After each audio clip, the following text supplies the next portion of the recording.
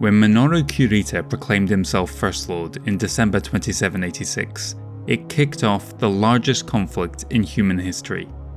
With so many players involved and such high stakes, it is worth dedicating a chapter of our story to covering the participants in detail. Much of this information remains relevant to the present day 3025, so laying out this foundational knowledge now will allow us to skip past it when covering later events. Chiefly, this will be an in-depth look at the political landscape of the Inner Sphere, focusing on the successor states in the year 2787, the size of their realm, their internal structure, industrial might, and the reputation of their intelligence agencies, as well as some comparisons between them. We'll also look in brief at some of the minor powers scattered across the Inner Sphere and Periphery, as well as the remnants of the once mighty Star League and Amaris Empire. The following chapter will delve into the size and composition of their armies and navies. As mentioned, Minoru Kurita was the first to declare himself First Lord from his chrysanthemum throne on Luthien, so it makes sense to begin our overview with the Draconis Combine. The Coordinator of Worlds exercised an unparalleled level of control over their nation, leading a stratocracy of military leaders. Minor noble houses held considerably less sway in the Combine than in their neighbouring states. The Kuritan family claimed dominion over the third largest territory within the Inner Sphere, containing 404 planets, fewer than all but one of the rival Great Houses. The realm was divided into 5 military districts, each ruled by a warlord and internally subdivided into several prefectures.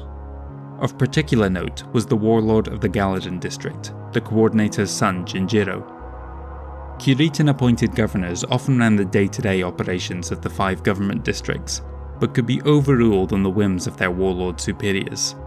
In the Draconis Combine, the military reigned supreme over all else.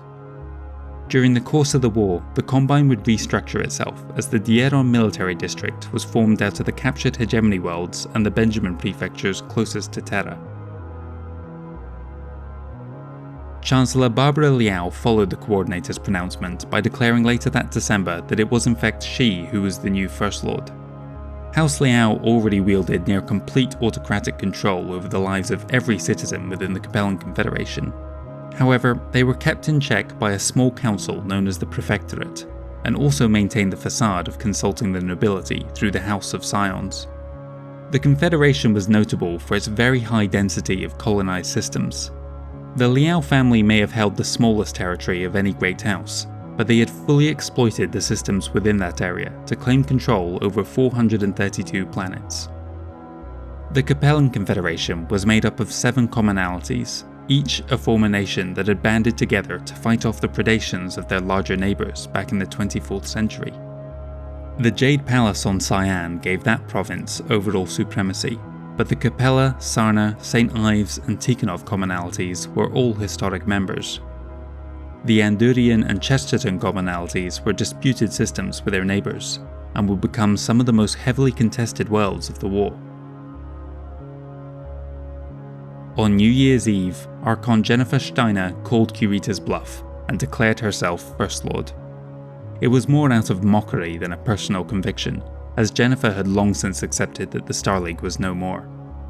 Unlike the other realms, House Steiner had not ruled from the outset, instead taking power in the early years of the Age of War after moving the capital of the Lyran Commonwealth to their homeworld of Tharkad, constructing the Triad as the centre for all branches of government. Since then, they had consolidated power within the family as much as possible, but the Estates General still held a moderate degree of influence. The Steiner realm was the largest single territory within the Inner Sphere, containing 476 colonized planets. The Lyran Commonwealth had an antagonistic relationship with their Spinwood neighbour going back centuries. It was the threat of Kuritan expansion that had actually drove the Protectorate of Donegal, Federation of Sky and Tamar Pact to unify. Each of the former states is subdivided into 4 provinces or shires, with the 3 capitals located within the District of Donegal, Isle of Skye and Tamar domains. The noble houses of Kelsois and Lestrade rule the Spinwood regions from Tamar and Skye. Viola Steiner Dinason's Day of Rage during the Reunification War would always cast a shadow over relations between the families, but the long years of prosperity had repaired most of the damage. Captain General Kenyon Marik followed his neighbour's example by declaring himself First Lord in January 2787. The Free Worlds League was a loose conglomeration of independent worlds, several among which had unified into one of many provinces. Representatives met within the Parliament on Atreus to elect a council to handle matters of state. While the ministers themselves were often unelected nobles within their own systems, this still gave the League a notable democratic bent in comparison to its rivals. However, all this was thrown into jeopardy with the passing of Resolution 288. The position of Captain General was envisioned as only being used in times of great crisis to ensure the nation could defend itself. But now, as long as House Marik continued to claim that said crisis existed, they could rule as a virtual dictator. Territorially, Kenyon's realm was larger only than the Capellan Confederation, but they were sparsely populated by comparison, controlling just 338 planets. The three major powers within the Free Worlds League were the Grand Duchy of Orient, the Principality of Regulus, and the Marik Commonwealth, within which was the nation's capital. They were ruled by the noble houses Allison, Cameron Jones, and Marik. Additionally, the Stuart Commonalty of House Stuart and Duchy of Andurian of House Humphreys also held a reasonable amount of power. Furthermore, many smaller provinces existed, including the Abbey District, Duchies of Graham Marik, Kalidasa and Orloff, Principality of Gibson, Regulum Free States, and Rim Commonalty. Lastly, there was the Bolan Thumb, a pseudo-province jutting into the Lyran Commonwealth. The Salient was not a formally recognised province, despite raising a brigade from its own populace. In practice, the region was run by the League's Central Coordination and Command Group. Last to throw his hat into the ring was First Prince John Davion. The others had made it abundantly clear that they would not support him as First Lord, despite his position as Regent. Only Minoru Kurita could have corroborated his appointment, as he had received a missive from Richard Cameron on the matter, though for obvious reasons he chose not to speak up. Of all the rulers, the First Prince held the least amount of power within their respective realm, at least as long as Resolution 288 held. Their actions in many areas could be impeded or even countermanded by the High Council, an authority which the Davions had continually chipped away at over the centuries.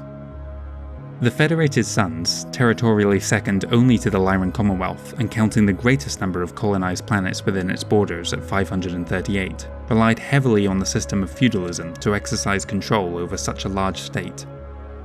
Barons holding small regions of land paid homage to the counts that ruled the planets, who in turn swore fealty to the dukes who controlled whole regions of space, all of whom served the First Prince. The Federated Sons was not an alliance of smaller nations. It grew from the Crucis Pact signed on New Avellan during the 24th century, slowly absorbing independent worlds and microstates as it went.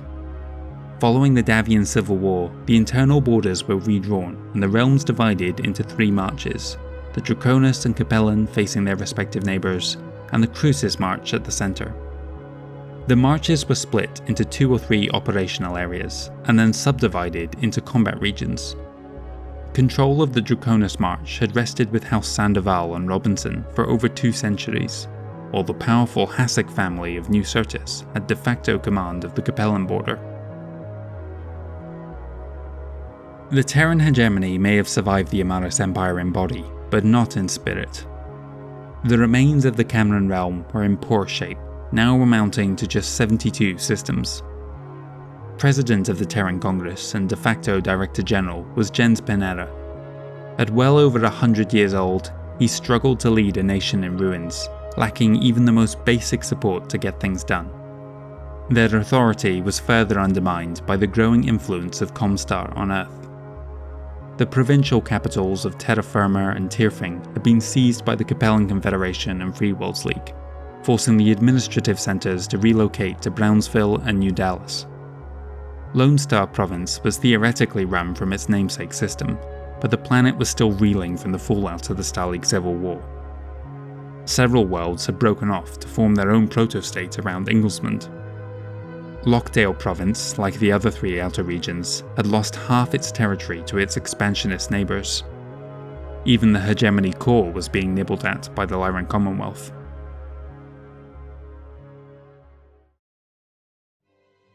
The military-industrial complex within the Inner Sphere had been steadily ramping up for decades, and soon each nation would be funneling all available resources into wartime production.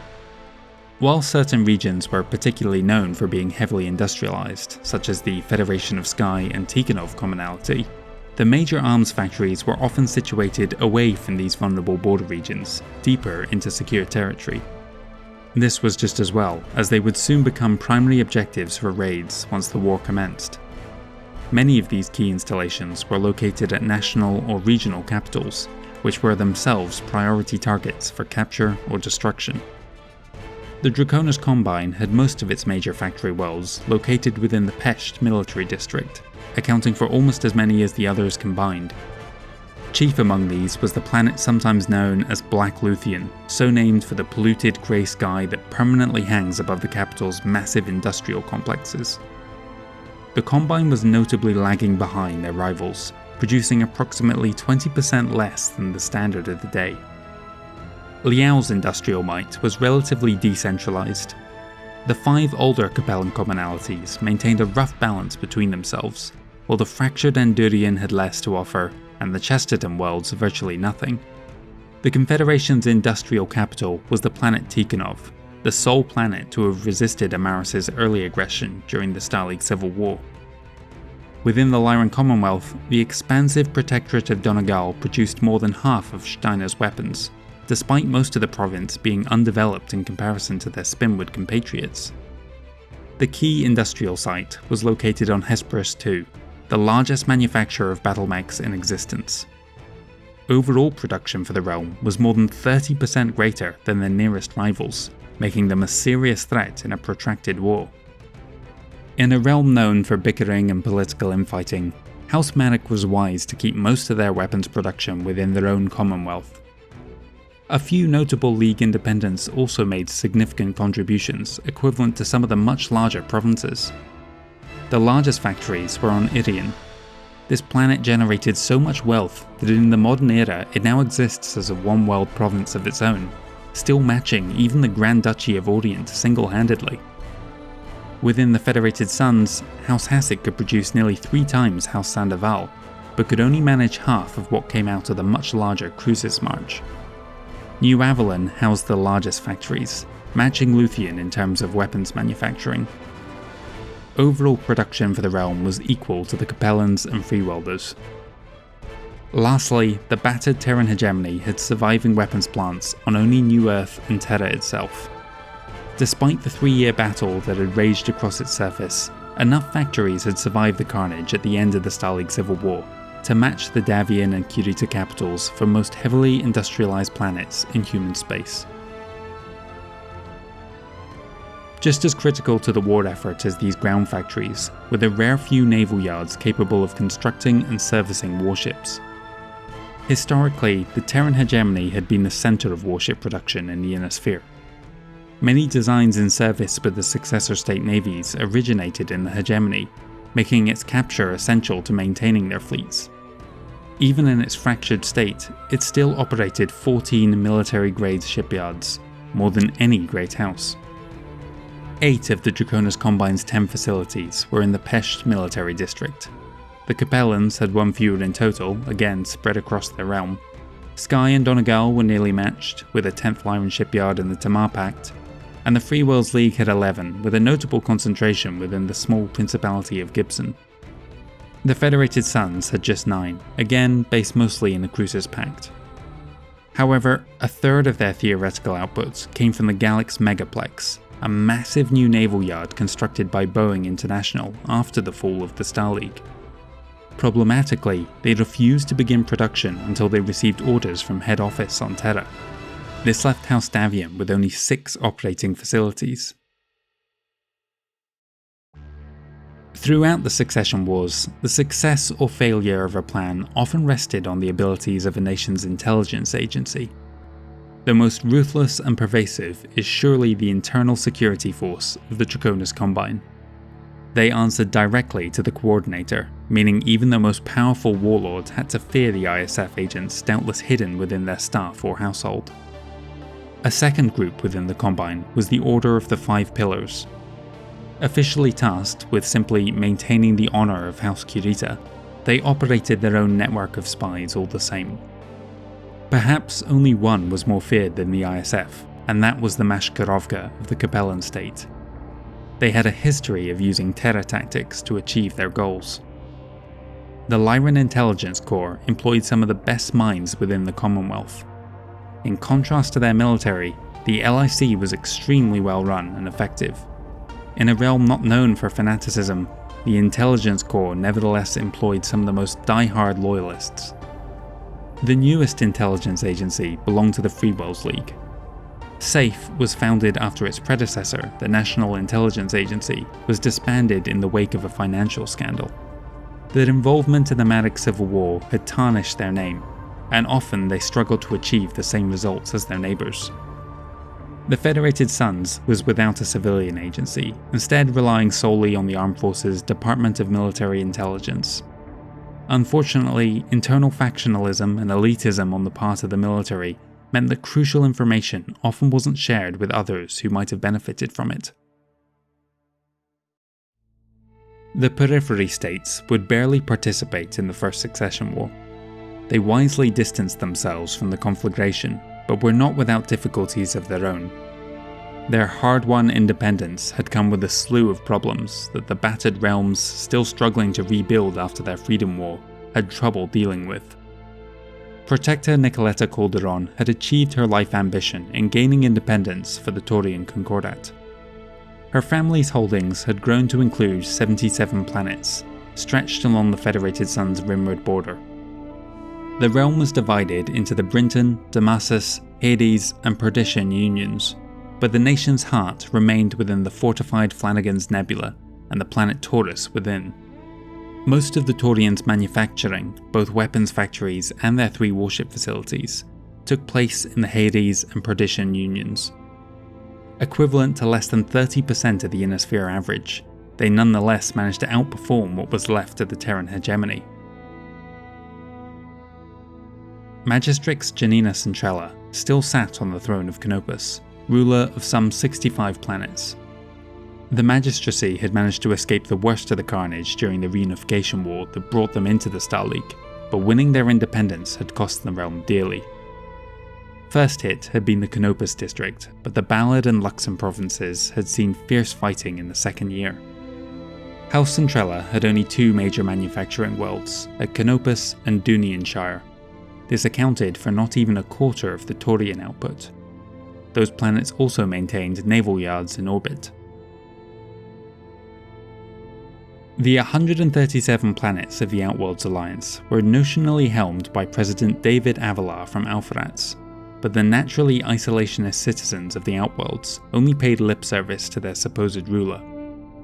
Alongside the capital province were the Balagora, Blomstein, Cerberus, Omferwacht, and Remora provinces, as well as the Traders' Domain. Just as the others were, the Outworlds was suffering from the fallout of the Periphery uprising. The nation could just about match the Magistracy for arms production, but had just a single major shipyard, dangerously close to their 2 aggressive neighbours. The Rimworld's Republic had been one of the casualties of Alexander Kerensky's inexorable advance during the Star League Civil War. The old Omanist government had been removed at gunpoint, and the fragile democracy that replaced it was swept aside during Operation Ulmerich by the Lyran Commonwealth, who went on to seize most of the key industrial worlds for themselves.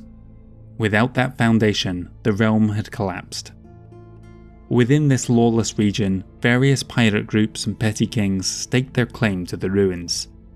The Barony of Strang and Belt Pirates of Star's End were 2 such groups, based around systems containing rare Periphery naval yards. The Black Warriors, the mercenaries that had played an instrumental part in the liberation of the Terran Hegemony through their training efforts at Camp Amber, had been abandoned by the SLDF. When some Lyran refugees arrived in 2785, together they formed the Cercinus Federation.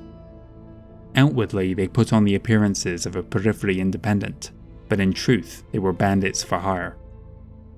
Largest and oldest of these pirate realms were the Tortuga Dominions, a loose collection of outlaw groups situated on the far side of the Inner Sphere. Out of the ashes of the Republic rose two realms that promised some better hope of unifying and rebuilding the region. First came the Oberon Confederation in 2775, and then the Finnmark Free Republic 4 years later, the latter even capable of warship production. In a rimward direction were two more Periphery microstates, the Illyrian Palatinate and Lothian League. In the deep Periphery was one other minor compact, known as the Yarnfolk.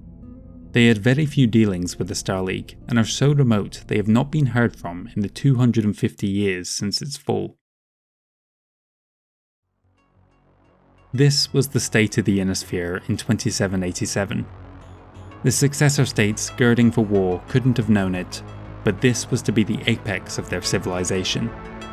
Would any of the successor lords have reconsidered if they knew how little they stood to gain, and how much their own realms were about to suffer?